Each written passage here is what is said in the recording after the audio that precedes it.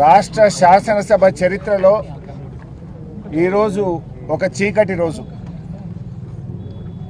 Congress party ఈరోజు పట్టపగలు ప్రజాస్వామ్యం యొక్క గొంతు కోసింది. ఈరోజు కాంగ్రెస్ పార్టీ శాసనసభ బయట ప్రశ్నిస్తే కేసులు, అక్రమ అరెస్టులు, శాసనసభలో ప్రజల పక్షాన ప్రశ్నిస్తే గొంతు నొక్కడము, సస్పెన్షన్లు. ఇది ప్రజాపాలన, ఇది కాంగ్రెస్ మార్కు ప్రజాపాలన. ఇలా జగదీష్ రెడ్డి గారు ఏమడిగారు? ఈ ప్రభుత్వ వైఫల్యాలను ఎత్తి చూపారు. గవర్నర్ గారి ప్రసంగంలో తప్పులను ఎత్తి చూపే ప్రయత్నం చేశారు.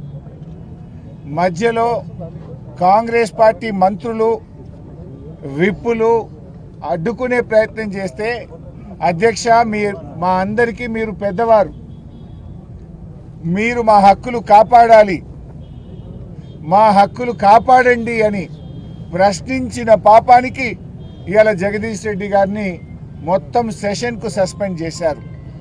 అంటే శాసనసభ అనేటువంటిది ఇవాళ ఉన్నది ఎందుకు? ప్రతిపక్షం ప్రశ్నించడానికే ఉంటుంది, ప్రభుత్వ తప్పిదాలను ఎత్తి చూపడానికే ఉంటుంది, ప్రజల కష్టాలను శాసనసభ ద్వారా ప్రభుత్వం దృష్టికి తీసుకుపోయి పరిష్కరించడానికే ప్రతిపక్షం ఉంటుంది. ఇవాళ జగదీష్ రెడ్డి గారు ప్రశ్నిస్తుంటే తట్టుకోలేక ఉద్దేశపూర్వకంగా ఒక పథకం ప్రకారంగా జగదీష్ రెడ్డి గారిని సస్పెండ్ చేశారు. మాట్లాడితే దళిత స్పీకర్ అని చెప్పి ఇవాళ ఒక రకంగా ఆయన స్థాయిని, ఆయన గౌరవాన్ని తగ్గించే విధంగా కాంగ్రెస్ పార్టీ ప్రయత్నం చేసింది.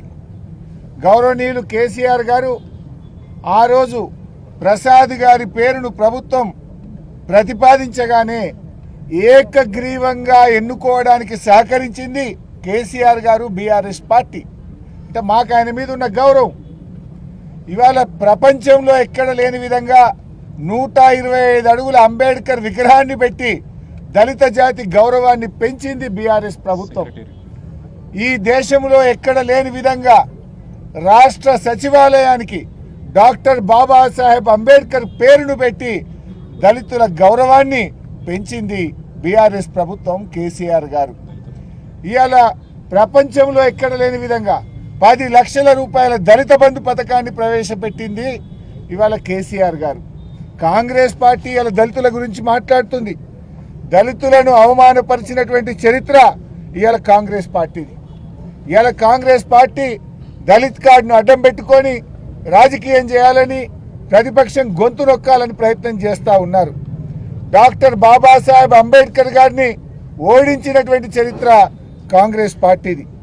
బాబు జగజీవన్ రామ్ గారిని అవమానిస్తే కాంగ్రెస్ పార్టీకి రాజీనామా చేసి ఆయన కొత్త పార్టీ పెట్టుకున్నటువంటిది కూడా ఈ దేశ ప్రజలందరికీ తెలుసు. ద్రౌపది ముర్ము గారిని అవమానించిన చరిత్ర కూడా కాంగ్రెస్ పార్టీదే. ద్రౌపది ముర్ము గారిని అధిరంజన్ చౌదరి గారు, ఒకసారి సోనియా గాంధీ గారు కూడా ద్రౌపది ముర్ము గారిని అవమానించిన విషయం ఈ దేశ ప్రజలందరికీ కూడా తెలుసు.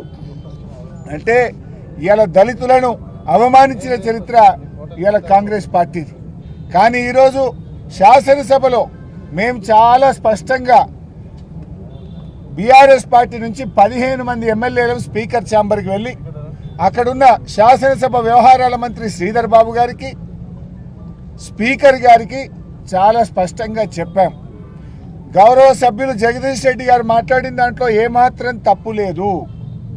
ఒకవేళ మీరు తప్పుందని భావిస్తే అన్ని పార్టీల ఫ్లోర్ లీడర్లను పిలవండి, వీడియో పెట్టి మాకు చూపించండి అని మేము అడిగాం.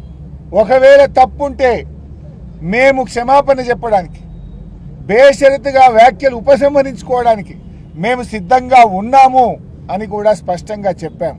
ఎందుకు చెప్పాం? మేము సభ జరగాలి.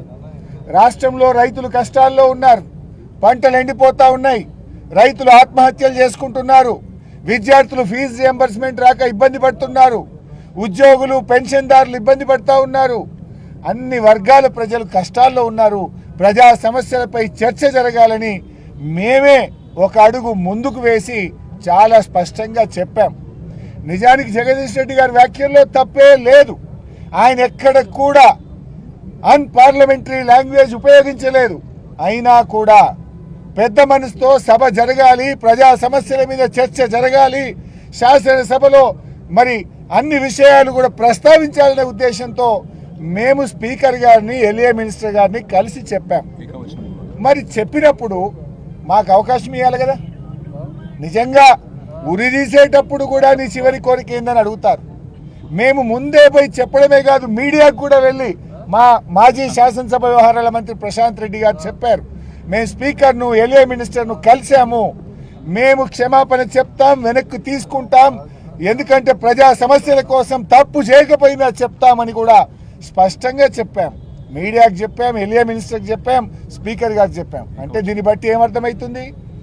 పథకం ప్రకారంగా ముందే మీరందరూ కూడా అనుకొని బీఆర్ఎస్ పార్టీకి అవకాశం ఇవ్వకుండా, జగదీష్ రెడ్డి గారికి అవకాశం ఇవ్వకుండా ఒక కుట్రతో బీఆర్ఎస్ గొంతు నొక్కాలని, బీఆర్ఎస్ ప్రశ్నిస్తే, బీఆర్ఎస్ సభలో ఉంటే వాళ్ళ తప్పిదాలన్నీ బయటకు వస్తాయని ఉద్దేశపూర్వకంగా ఇవాళ జగదీష్ రెడ్డి గారిని సస్పెండ్ చేశారు.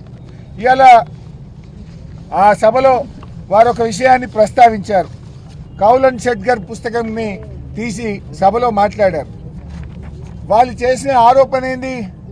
ఏకవచనం వాడారు అన్నారు. నిజానికి మా జగదీష్ అన్న ఏకవచనం వాడలే, మీ అన్నాడు తప్ప నువ్వు అనలే, నీ అనలే, మీ అన్నారు. మీరు మీ మీ మీకే కాదు, ఈ సభ అందరికీ ఆయన పెద్ద మనిషి స్పీకరు, సభ అందరికీ పెద్దవాడు, అందరి గురించి మాట్లాడాలని చెప్పే ప్రయత్నం చేశారు తప్ప ఏకవచనం వాడనే లేదు. బట్ అయినా కూడా కౌలన్ షెట్గర్ పుస్తకంలో చాలా స్పష్టంగా చెప్పింది ఏంటంటే, there is no specific rule in the constitution or Kaulan Shedgar that bans the word you.